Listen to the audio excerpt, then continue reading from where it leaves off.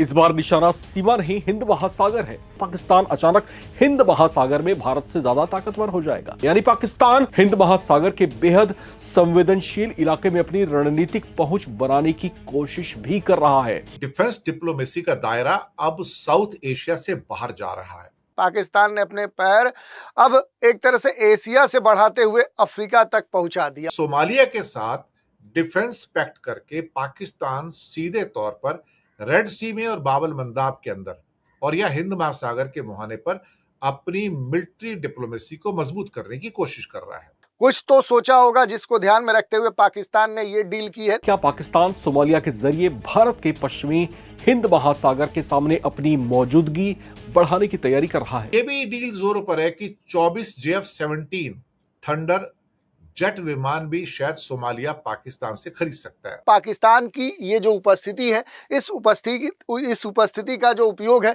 ये भारत के शिपिंग जो लेन है उस पर निगरानी या फिर दबाव डालने के लिए पाकिस्तान कर सकता है। तो हिंद महासागर में भारत के सामने एक नया रणनीतिक मोर्चा खुल सकता है। भारत के लिए हिंद महासागर में यह नया समीकरण कितना बड़ा खतरा बन सकता है? हॉर्न ऑफ अफ्रीका के अंदर भी पाकिस्तान की मिलिट्री मौजूदगी बढ़ने से वहां से बैलेंस ऑफ पावर प्रभावित होगा। तो भारत के सामने चुनौती सिर्फ जमीन पर नहीं, समुद्र के मोर्चे पर भी और ज्यादा जटिल हो सकती है। पाकिस्तान मिलिट्री पावर के तौर पर, पार्टनर के तौर पर अब सोमालिया को अपने पक्ष में उसने किया है वहां पर, और सोमालिया के साथ एक समझौता किया पाकिस्तान का, तो एक नया मिलिट्री फ्रंटियर भी तैयार हो रहा है।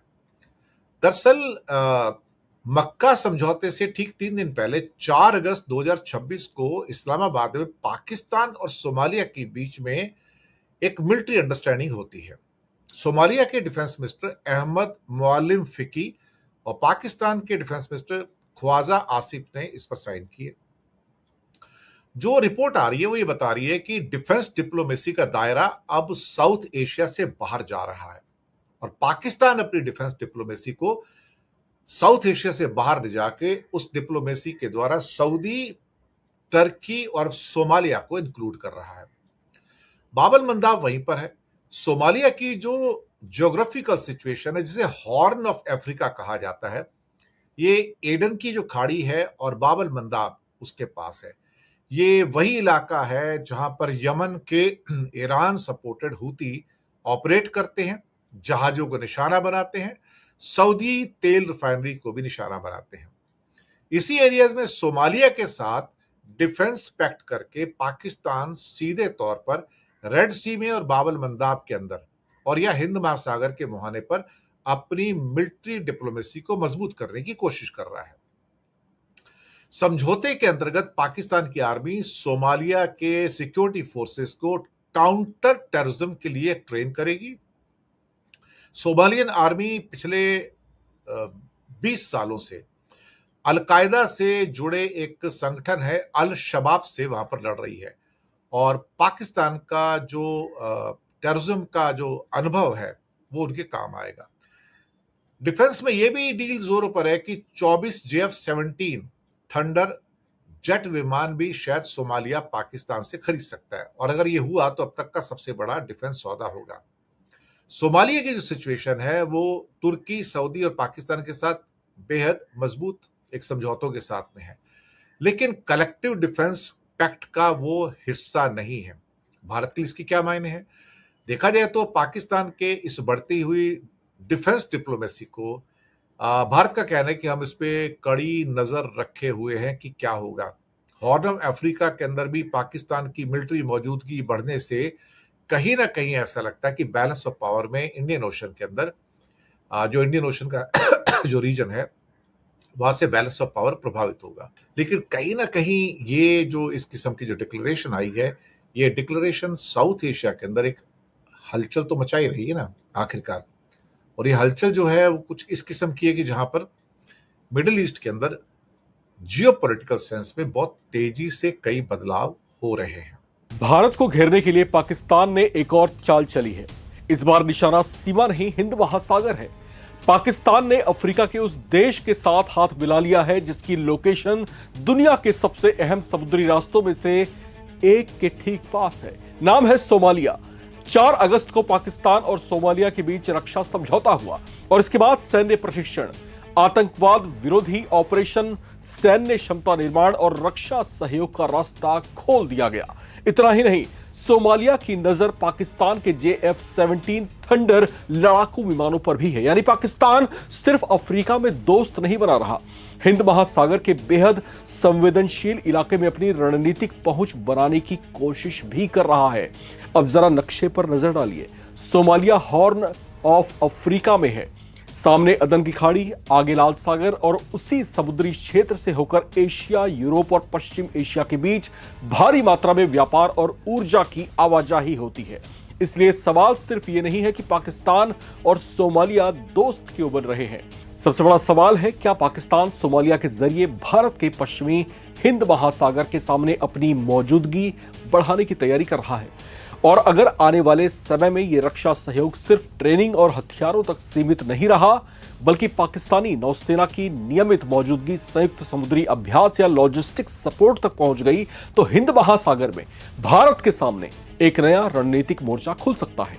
नवभारत टाइम्स की इस खास रिपोर्ट में समझिए पाकिस्तान की सोमालिया में एंट्री का असली मकसद क्या है, JF-17 की संभावित डील कितनी अहम है और भारत के लिए हिंद महासागर में यह नया समीकरण कितना बड़ा खतरा बन सकता है।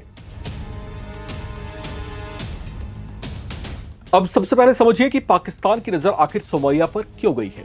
इसकी सबसे बड़ी वजह है सोमालिया की लोकेशन। हॉर्न ऑफ अफ्रीका में बैठा सोमालिया एक तरफ अदन की खाड़ी से जुड़ा है और दूसरी तरफ हिंद महासागर से, यानी लाल सागर, अरब सागर और हिंद महासागर से जुड़े महत्वपूर्ण समुद्री रास्तों के बीच में यह बेहद करीब है। दुनिया के लिए यह सिर्फ समुद्र का एक हिस्सा नहीं, बल्कि व्यापार और ऊर्जा की ऐसी लाइफलाइन है जिसकी सुरक्षा पर अमेरिका से लेकर चीन और भारत तक की नजर रहती है।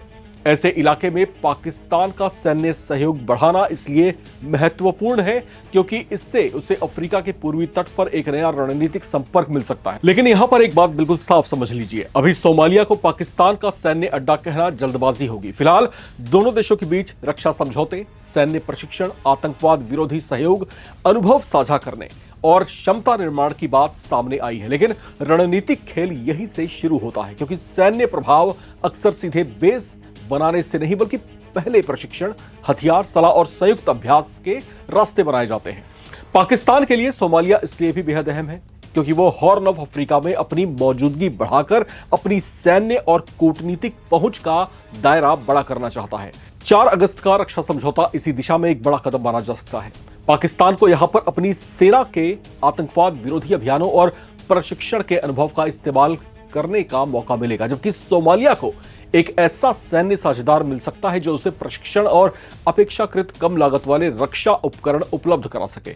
और इसी कड़ी में JF-17 थंडर का नाम सबसे ज्यादा चर्चाओं में है। सोमालिया की इस पाकिस्तानी लड़ाकू विमान में रुचि की रिपोर्ट सामने आ चुकी है। अगर भविष्य में यह संभावित सौदा हकीकत में जमीन पर उतरता है तो सोमालिया की वायु क्षमता में बड़ा बदलाव आ सकता है और पाकिस्तान के लिए यह सिर्फ हथियारों की बिक्री नहीं, बल्कि अफ्रीका में रक्षा प्रभाव बढ़ाने का जरिया भी बन सकता है।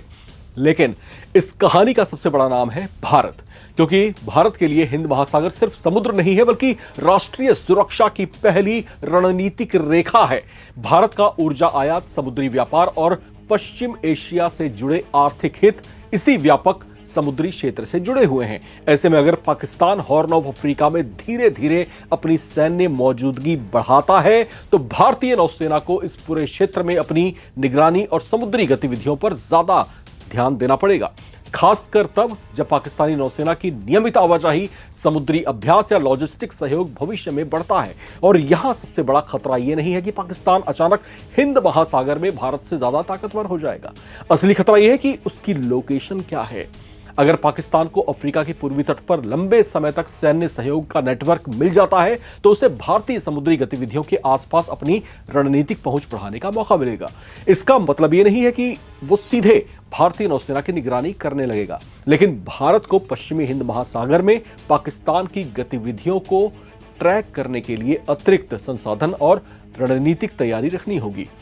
और ध्यान दीजिए, पाकिस्तान की यह चाल अकेली नहीं है। सोमालिया के साथ रक्षा समझौते के ठीक बाद पाकिस्तान ने सऊदी अरब और तुर्की के साथ मक्का संयुक्त रक्षा समझौता भी किया है। यानी एक तरफ पश्चिम एशिया में पाकिस्तान अपनी सैन्य साझेदारी मजबूत कर रहा है, वहीं दूसरी तरफ हॉर्न ऑफ अफ्रीका में अपनी रणनीतिक पहुंच बनाने की कोशिश भी कर रहा है। अगर ये दोनों नेटवर्क आने वाले समय में किसी स्तर पर एक दूसरे से जुड़ते हैं तो पाकिस्तान की रणनीतिक पहुंच सिर्फ दक्षिण एशिया तक सीमित नहीं रहेगी। भारत के लिए अभी यही वक्त है कि पाकिस्तान की सोमालिया में जो बढ़ती मौजूदगी है उस पर नजर रखी जाए और पश्चिमी हिंद महासागर में अपनी समुद्री बढ़त को और मजबूत किया जाए, क्योंकि अगर पाकिस्तान ने सोमालिया के रास्ते हिंद महासागर में अपना रणनीतिक नेटवर्क खड़ा कर लिया तो भारत के सामने चुनौती सिर्फ जमीन पर नहीं, समुद्र के मोर्चे पर भी और ज्यादा जटिल हो सकती है। ये न्यूज जुड़ता है भारत के महत्वपूर्ण प्रतिद्वंदी पड़ोसी देश पाकिस्तान से और अफ्रीकन कंट्री सोमालिया से। अब जो पाकिस्तान है, पाकिस्तान ने अपने पैर अब एक तरह से एशिया से बढ़ाते हुए अफ्रीका तक पहुंचा दिया और ये कहा जा रहा है कि सऊदी अरब के बाद अब सोमालिया के साथ एक बड़ा रक्षा जो समझौता है वो पाकिस्तान ने किया। यानी हॉर्न ऑफ अफ्रीका का जो देश सोमालिया है उसके साथ अब एक महत्वपूर्ण ये जो सैन्य समझौता पाकिस्तान का है, ये अब पाकिस्तान का जो एक सैन्य प्रभाव है वो अफ्रीका तक पहुंचाएगा। पाकिस्तान की हॉर्न ऑफ अफ्रीका में प्रभाव बढ़ाने की एक कोशिश के तौर पे ये समझौता देखा जा रहा है और रिपोर्ट की माने तो रिपोर्ट के मुताबिक पाकिस्तान और सोमालिया के बीच में 5 सालों के लिए 5 वर्षों के लिए ये समझौता किया गया है, जिसे सोमालिया की कैबिनेट ने पूरी तरह से मंजूरी प्रदान कर दी है। यहां तक की रिपोर्ट में यह भी कहा गया कि पाकिस्तान ने सोमालिया के साथ समझौता तुर्की की मदद से किया है, जो कि पहले से ही इसका एक महत्वपूर्ण सपोर्टर रहा है और भारत के खिलाफ जाकर टर्की ने कई बार काम किया है। जैसे सिंदूर ऑपरेशन में टर्की ने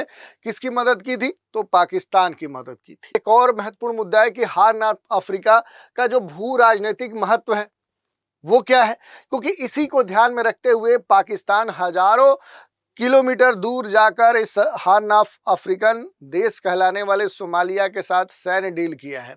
कुछ तो सोचा होगा जिसको ध्यान में रखते हुए पाकिस्तान ने ये डील की है। आखिर पाकिस्तान चाहता क्या है, पाकिस्तान की जो रणनीतिक इच्छा है वो है क्या, क्योंकि वो सबसे अहम हो जाता है। तो देखिए यहाँ पर एक मूल बात देखने को मिलती है कि जो मैरीटाइम जो फुटप्रिंट है, जो यहाँ पर देखेंगे जो पाकिस्तान है वो अपना जो ग्वादर पोर्ट है वो चूंकि सी पैक से जुड़ा हुआ है, जो चाइना पाकिस्तान इकोनॉमिक कॉरिडोर है, अब वहीं तक अपने को सीमित नहीं रखना चाहता है, बल्कि क्या चाहता है कि पाकिस्तान वहां से अपना विस्तार अफ्रीकी देश तक बढ़ाना चाहता है।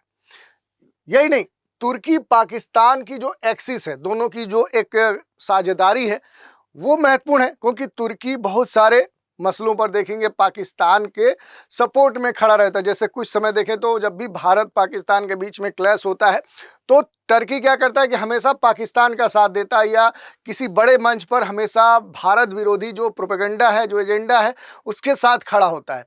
तो तुर्की के विस्तारवादी जो न्यू ऑटोमेनिज्म वाला जो एक कंसेप्ट है और इस्लामिक जो नेतृत्व है उसकी जो आकांक्षा है उसको पूरा करने के लिए हमेशा टर्की क्या करता है, पाकिस्तान को अपने साथ रखता है। और जैसे कि वो सोमालिया में पहुंचा, अपने साथ पाकिस्तान को भी ले जाकर वहां पर बैठाना चाह रहा है। इस्लामिक जो ब्लॉक स्ट्रेटजी है, जैसे ओआईसी या मुस्लिम जो बहुत सारे दुनिया के जो राष्ट्र हैं या अफ्रीकी जो राष्ट्र हैं, वो एक साथ एक दूसरे से मिलकर भारत विरोधी जो नैरेटिव है वो मजबूत करना चाह रहा है। ये भी एक महत्वपूर्ण बात यहाँ पर मुद्दा हो सकता है और उसमें जो पाकिस्तान है, पाकिस्तान महत्वपूर्ण भूमिका निभाना चाह रहा है। यही नहीं, चीन से एक अप्रत्यक्ष जो जुड़ाव है वो भी कारण है पाकिस्तान के साथ। जैसा कि हमने बताया कि बेल्ट रोड इनिशिएटिव जो चीन की महत्वाकांक्षी जो परियोजना है, उस बीआरआई की जो मैरीटाइम सिल्क रोड है उससे ग्वादर, जिबूती, सोमालिया एक लिंक बनाने का जो महत्वाकांक्षा है, एक जो सोच है, वो देखते हुए पाकिस्तान क्या किया है, अब horn of African countries Somalia से क्या किया है, एग्रीमेंट कर लिया है, सैन्य डील कर लिया है।